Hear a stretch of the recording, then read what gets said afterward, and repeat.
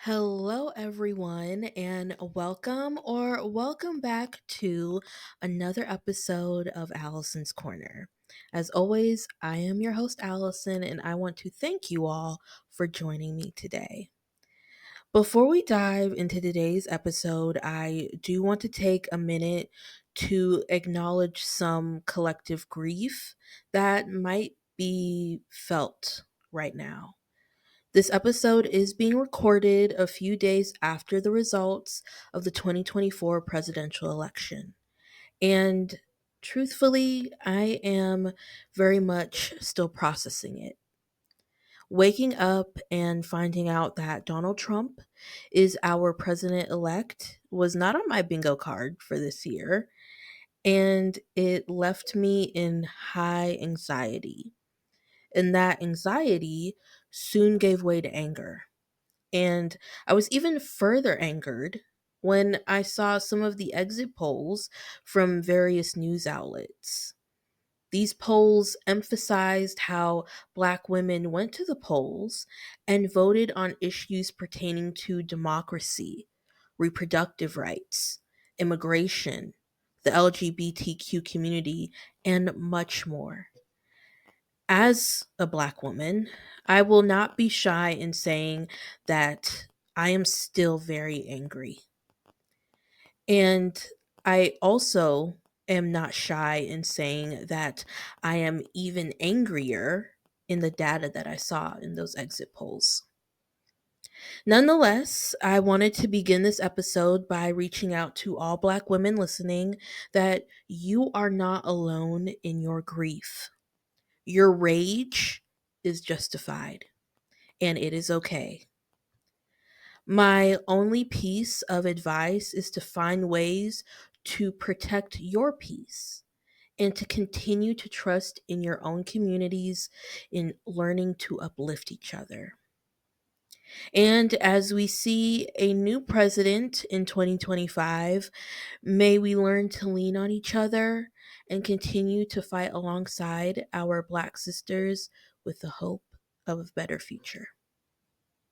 And now, here is today's episode. Today's episode is all about letting go. And learning how to let go is essential for your personal growth.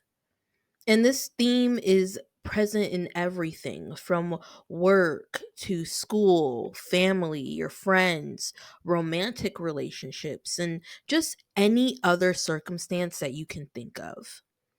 Knowing when to bow out can be a very powerful tool. The art of letting go means releasing attachments to people and things and ideas that no longer serve you. It is about recognizing that sometimes holding on can do us more harm than it can good. And to be able to let go, we are freeing ourselves of whatever is holding us back and now looking forward to a better future. When we learn to let go, we create space for better opportunities, new meaningful relationships, and a better understanding of ourselves. Now, oftentimes we don't see how this will affect us in the long run, but hindsight being 2020, once we detach ourselves from what is no longer sustainable, we begin to see what is healthy for us and what isn't.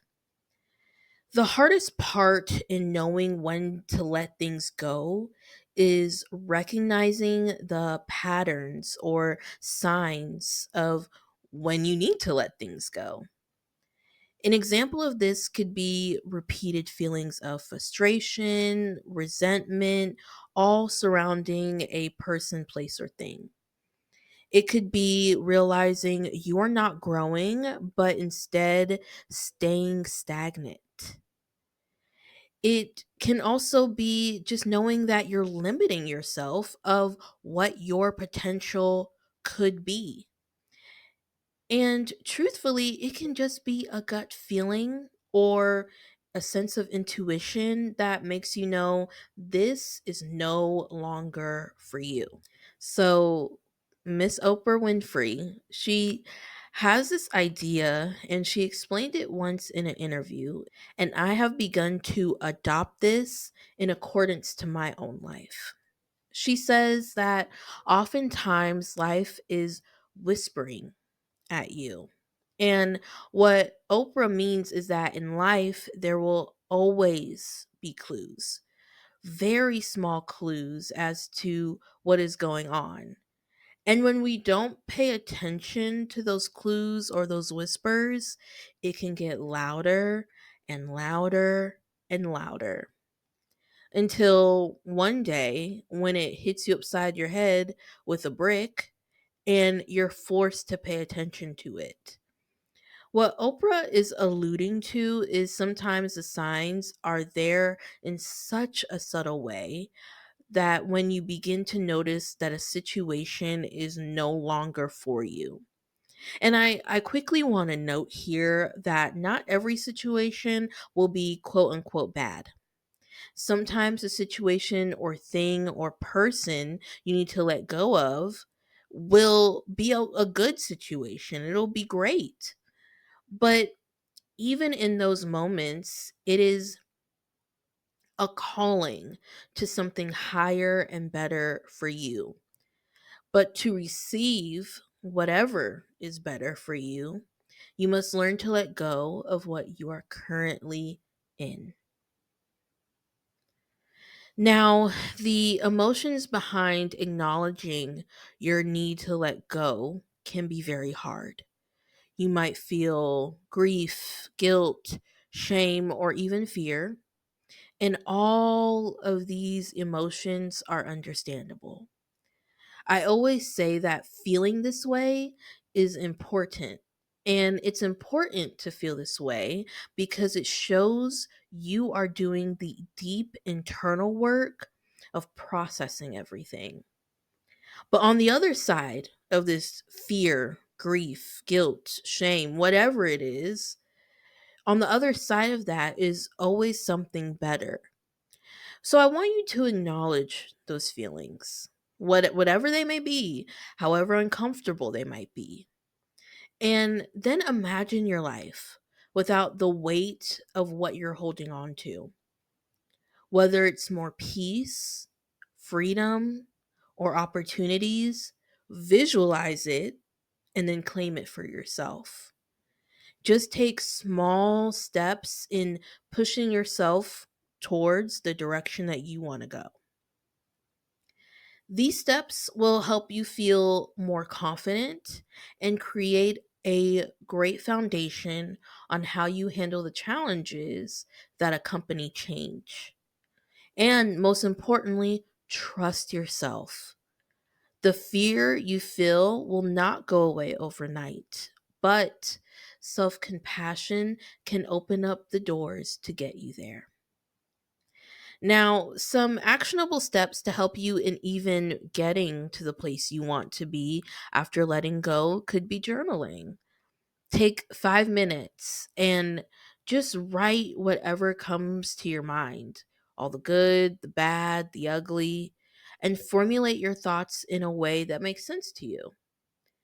If it's a person that you're trying to let go of, set boundaries and communicate those boundaries with that person or even reducing contact with them. Create new goals for yourself and stick to them. So, for example, if a job is no longer serving you, make a goal that you will apply to at least 5 jobs a week and just go from there. One of the rewards of letting go is the increased peace of mind we allow ourselves to have. And this peace of mind allows for us to make room for things that truly align with who we are or who we want to become. Recently, I've decided to make some changes for myself and let go of others' opinions of what they might think about me. The most noticeable one is my hair. About a month ago, I decided to cut my hair. And for some people, it may not be a big deal, but for me, it most definitely was. In the Black community, a Black woman's hair is almost considered sacred. And for a long time, due to racism and wanting to assimilate into white culture, I have heard time and time again that long hair is better than short hair. And long hair means that you have good hair and all of these other things. And while I don't believe any of that, because quite frankly, to me, hair that grows out of your scalp is good, period.